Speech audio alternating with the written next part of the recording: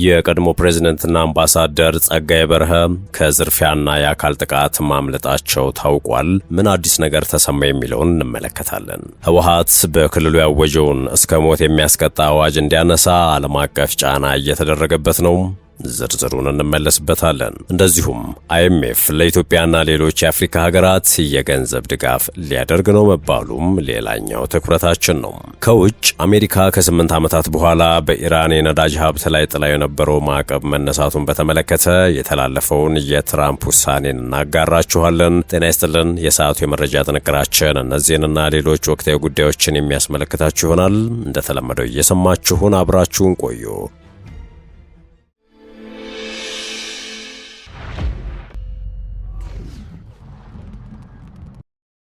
ወደ ቀዳሚ ጉዳያችን አመራን። ሂዩማን ራይትስ ዎች የግዳጅ ወታደራዊ ምልመላ ለማካሄድና ተቃውሞን ለመቅጣት ስልጣን ይሰጣል ያለውን በትግራይ ክልል ስራ ላይ የዋለ ሕግ እንዲሻር ለክልሉ ባለስልጣናት ጥሪ አቅርቧል። የትግራይ ክልል ምክር ቤት ባለፈው ግንቦት ወር መጨረሻ ስራ ላይ የዋለው ሕግ ኤርትራ ከምትከተለው አስገዳጅ የብሔራዊ አገልግሎት ጋር ምስስሎሽ ያለው ነው ሲልም ድርጅቱ ተችቷል። ድርጅቱ ባለፉት ሳምንታት አነጋጋሪ ሆኖ የሰነበተውን ሕግ በተመለከተ ጠንከር ያለ መግለጫ አውጥቷል። የትግራይን ሕዝብ ህልውናና ደህንነትን ለማረጋገጥ ያለ ምን የተባለለት ይህ ሕግ በክልሉ ከሚንቀሳቀሱ የፖለቲካ ፓርቲዎችና ከሰብአዊ መብት ተሟጋች ትችቶች ሲቀርቡበት ቆይተዋል። ሂዩማን ራይትስ ዎች ባወጣው መግለጫ ሕጉ አላግባብ ጥቅም ላይ ሊውሉ የሚችሉና ግልጽ ያልሆኑ አገላለጾች ያሉበትና በተለያዩ ጥፋቶች የተወነጀሉ ሰዎችን በሞት የሚያስቀጣ አንቀጾችን ያካተተ እንደሆነ ገልጿል። የድርጅቱ የአፍሪካ ክፍል ምክትል ኃላፊ ላቲሺያ ባድር የትግራይ ባለስልጣናት በክልሉ ለቀጠለው ፖለቲካዊ ውጥረት ሲቪል ሰዎችን ለውትድርና በመመልመልና የሚቃወሙትን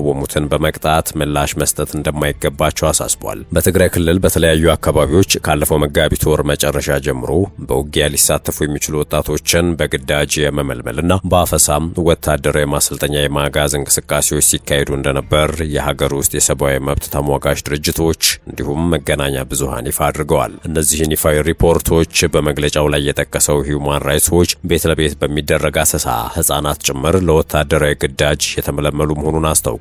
ከግዳጅ ምልመላ በሚያመልጡ ሰዎች ምክንያት በአካባቢው ያሉ ባለስልጣናትና የትግራይ ጸጥታ ኃይሎች ቤተሰቦቻቸውን እንደሚቀጡ የሰብአዊ መብት ተሟጋቹ መረጃ እንደደረሰው ገልጿል። የግዳጅ ወታደራዊ ምልመላና ዳግም የሚቀሰቀስ ግጭትን በመፍራት በርካታ ወጣቶች ከክልሉ እየሸሹ መሆኑን ሂዩማን ራይትስ ዎች በመግለጫው አመልክቷል። የሰብአዊ መብት ተሟጋች ድርጅቱ ባለፈው ግንቦት ወር መጨረሻ የጸደቀው ሕግ እድሜያቸውና ጤናቸው የሚፈቅድላቸው የትግራይ ክልል ነዋሪዎች ሁሉ በግዳጅ በወታደርነት የሚመለመሉበትን ማዕቀፍ ያስቀምጣል ሲል በመግለጫው ላይ አስፍሯል። በዚሁ ሕግ ላይ የተካተቱ በሞት የሚያስቀጡ ጥፋቶች አሻሚና ለትርጉም ክፍት ናቸው ሲል ድርጅቱ ተችቷል። በሞት ያስቀጣሉ በሚል በሕጉ ከተጠቀሱ ጥፋቶች መካከል በስትራቴጂካዊ የመከላከያ አቅርቦቶች ላይ ጉዳት ማድረስ የሚለው ይገኝበታል። የትግራይ ክልል ሰላምንና ጸጥታን አደጋ ላይ መጣልና ከጠላት ጋር መተባበር የሚሉትም በሕጉ ላይ ተመሳሳይ ቅጣት የሚያስከትሉ ናቸው። የትግራይ ክልልን አንድነትና ግዛትን ማዳከም የሚለው በጥፋት ለቀሰውም እንዲሁ በሞት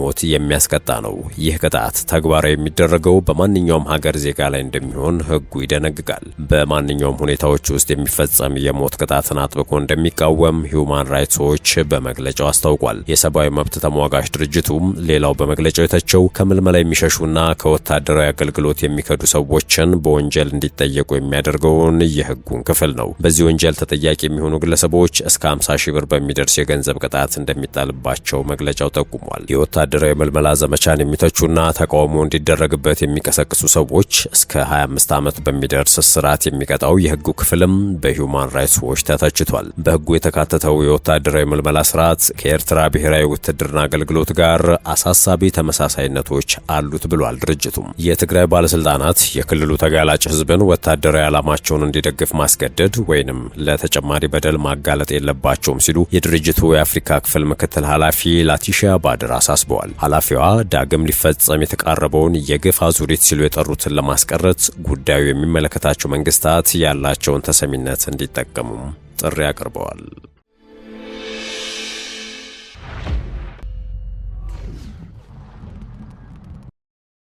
ወደ ሌላኛው ጉዳያችን እናምራ። የቀድሞ የትግራይ ክልል ፕሬዝዳንት አምባሳደር ጸጋይ በርሀ ከዝርፊያና የአካል ጥቃት ማምለጣቸው ታውቋል። ምን አዲስ ነገር ተሰማ የሚለውን እንመልከት። የቀድሞ የትግራይ ክልል ፕሬዝዳንትና በኢህአዴግ ዘመን የጠቅላይ ሚኒስትር መለስ ዜናዊ የደህንነት ጉዳዮች አማካሪ የነበሩት አምባሳደር ጸጋይ በርሀ በመቀለ ከተማ በታጠቁ አጃቢዎቻቸው ድጋፍ ካጋጠማቸው የዝርፊያና የአካል ጥቃት ለጥቂት ማምለጣቸው ተነግሯል።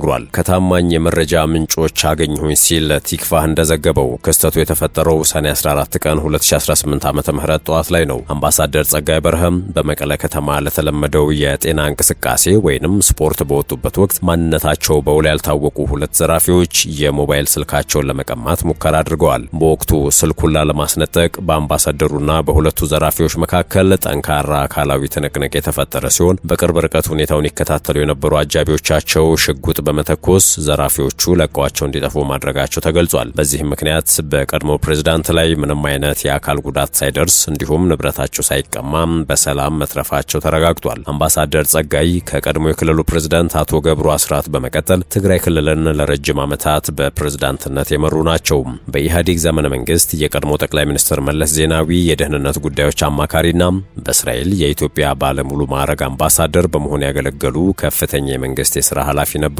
ከቅርብ ጊዜ ወዲህ ከትግራይ ጦርነት ማብቃት በኋላ በክልሉ እያገገመ ካለው ማህበራዊ ህይወት ጎን ለጎን በመቀለ ከተማ የጸጥታ መጓደል በስፋት ይስተዋላል። በተለይም በጠራራ ፀሐይ ጭምር በማጅራት መቺዎች የሚፈጸሙ ጥቃቶችና የቅሚያ ወንጀሎች በነዋሪው ላይ ስጋት እየፈጠሩ ናቸው። የመቀለ ከተማ አስተዳደር ወይንም ፖሊስ በዚህ ጉዳይ ላይ የሰጡት ይፋዊ መረጃ ወይንም መግለጫ የለም። አይኤምኤፍ ለኢትዮጵያና ሌሎች የአፍሪካ ሀገራት የገንዘብ ድጋፍ ሊያደርግ ነው። የዓለም አቀፉ የገንዘብ ድርጅት አይኤምኤፍ በቅርቡ በነበረው የኢራን ጦርነት ምክንያት የተፈጠረውን የኢኮኖሚ ቀውስ ለመታደግ ኢትዮጵያን ጨምሮ ለተወሰኑ የአፍሪካ ሀገራት የሚሰጠውን የገንዘብ ድጋፍ ሊያሳድግ ነው ተብሏል። ድጋፉን ከማሳደግ በተጨማሪ ገንዘቡን በፍጥነት ለማቅረብ ማቀዱም ተሰምቷል። የድርጅቱ ቃል አቀባይ ጁሊ ኮዛክ እንዳሉት ድጋፉ ኢትዮጵያም፣ ጋምቢያና ቡርኪና ፋሶ ተጠቃሚ እንዲሆኑና በተጨማሪም ማላዊ አዲስ የፋይናንስ ድጋፍ እንድታገኝ ከተቋሙ ጋር የተፋጠነ ውይይት እየተደረገ ነው። የአይኤምኤፍ የአፍሪካ ዳይሬክተር ዘይን ዘይዳን በዋሽንግተን በሰጡት መግለጫ በመካከለኛው ምስራቅ በተከሰተው ጦርነት ምክንያት የአፍሪካ ቀጠና ከባድ ፈተና ውስጥ እንደሚገኝ ተናግረዋል። አሁን የተኩስ አቁም ስምምነት ቢደረስም በጦርነቱ ምክንያት የተስተጓጎለው የባህረ ሰላጤው ሀገራት የኃይልና የነዳጅ ምርት ወደ ቀድሞ ቦታው ለመመለስ ከ6 እስከ 7 ወራት ሊፈጅ እንደሚችል ጠቁመዋል። የነዳጅ ምርት አቅርቦቱ መቋረጥ በአፍሪካ ሀገራት ላይ ከፍተኛ የነዳጅና የማዳበሪያ ዋጋ ንረትን አስከትሏል። በተጨማሪም ሳኦ ቶሜና ፕሪንሲፔም የ25 ሚሊዮን ዶላር የትብብር መርሃ ግብር አካል የሆነውን 6.1 ሚሊዮን ዶላር ለማግኘት ከስምምነት ተደርሷል። የመረጃ ጥንቅራችን እንደቀጠለ ነው።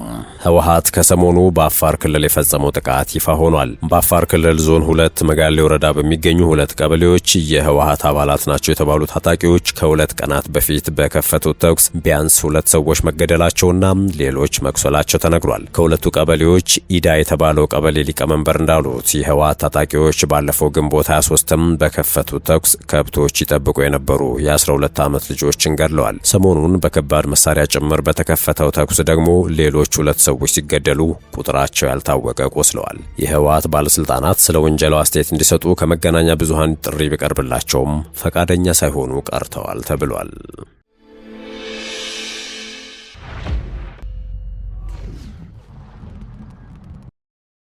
በመጨረሻም አሜሪካ ከ8 ዓመታት በኋላ በኢራን የነዳጅ ምርት ላይ ጥለው የነበረውን ማዕቀብ በጊዜያዊነት ማንሳቷ ይፋ ሆኗል። ዩናይትድ ስቴትስ እንደ አውሮፓውያን አቆጣጠር ከ2018 ጀምሮ በኢራን ላይ ጥለው የነበረውንና ሀገሪቱን ከዓለም አቀፍ የነዳጅ ገበያ አግልሎ የቆየውን ጠንካራ የኢኮኖሚ ማዕቀብ በጊዜያዊነት ማንሳቷን አስታውቃለች። የአሜሪካ የገንዘብ ሚኒስቴር ባወጣው መግለጫ የኢራን ድፍድፍ ነዳጅ፣ የፔትሮ ኬሚካልና የነዳጅ ውጤቶች እንዲመረቱ እንዲሸጡና እንዲሰራጩ የሚያስችል የ60 ቀናት ጊዜያዊ ፈቃድ መስጠቱን ይፋ አድርጓል። ይህ ውሳኔ እስከ መጪው ነሐሴ 21 2026 የሚቆይ ሲሆን ከነዳጅ ንግዱ ጋር የተያያዙ የባንክ የኢንሹራንስና የትራንስፖርት አገልግሎቶችን የሚያጠቃልል ከመሆኑም በላይ ክፍያ በአሜሪካ ዶላር እንዲፈጸም ይፈቅዳል። ይህ የአሜሪካ ውሳኔ የተሰማው ባለፈው ሳምንት በዋሽንግተንና በቴህራን መካከል የተፈረመውን የመታረቅን ስምምነት ተከትሎ ነው። በስምምነቱ መሰረት ኢራን የዓለም አቀፉን የአቶሚክ ኢነርጂ ኤጀንሲ ታዛቢዎችን ወደ ሀገሯ ለማስገባትና ለዓለም የነዳጅ ትራንስፖርት እጅግ ወሳኝ በሆነው በሆርሙዝ የባህር ወሽመጥ ላይ ነጻ የትራፊክ እንቅስቃሴ እንዲኖር ዋስትና ለመስጠት ተስማምታለች። የአሜሪካ የገንዘብ ሚኒስቴር ስኮት ቤንሰንት እንደገለጹት ይህ የ60 ቀናት ፈቃድ በስዊዘርላንድ እየተካሄደ ያለውን ሰፊ የሰላም ድርድር ለመደገፍና በአካባቢው ያለውን ውጥረት ለማርገብ የታለመ ነው። ሆኖም ይህ ፈቃድ ከኩባ ከሰሜን ኮሪያና ከክሬሚያ ጋር የሚደረጉ ማዕቀቦችን እንደማይጨምር ተገልጿል። እንደ አውሮፓውያን አቆጣጠር በ2018 ኢራን የአሜሪካው ፕሬዝዳንት ዶናልድ ትራምፕ ሀገራቸውን ከኒውክሌር ስምምነቱ ካስወጡ በኋላ የተጣለባትን ማዕቀብ ተከትሎ የነዳጅ ኤክስፖርቷ በከፍተኛ ሁኔታ ቀንሶ ነበረ። በቅርብ ዓመታት ውስጥ ዋና ገዥዋ ቻይና ብቻውን ቆይታለች። ይህ አዲስ ውሳኔ የቀድሞ ደንበኞቿ የነበሩት እንደ ህንድ፣ ደቡብ ኮሪያ፣ ጃፓንና የአውሮፓ ሀገራት ዳግም ከኢራን ነዳጅ እንዲገዙ በር የሚከፍት በመሆኑ በዓለም አቀፉ የነዳጅ ገበያ ላይ ከፍተኛ ተጽዕኖ ይኖረዋል ተብሎ ይጠበቃል። ውድ የሸገር ታይምስ ቤተሰቦች የሰዓቱ የመረጃ ጥንቅራችን ይህን ይመስል ነበር። ስለተከታተላችሁን ከልብ አመሰገንን። በያላችሁበት ሰናይ ጊዜን ተመኘን።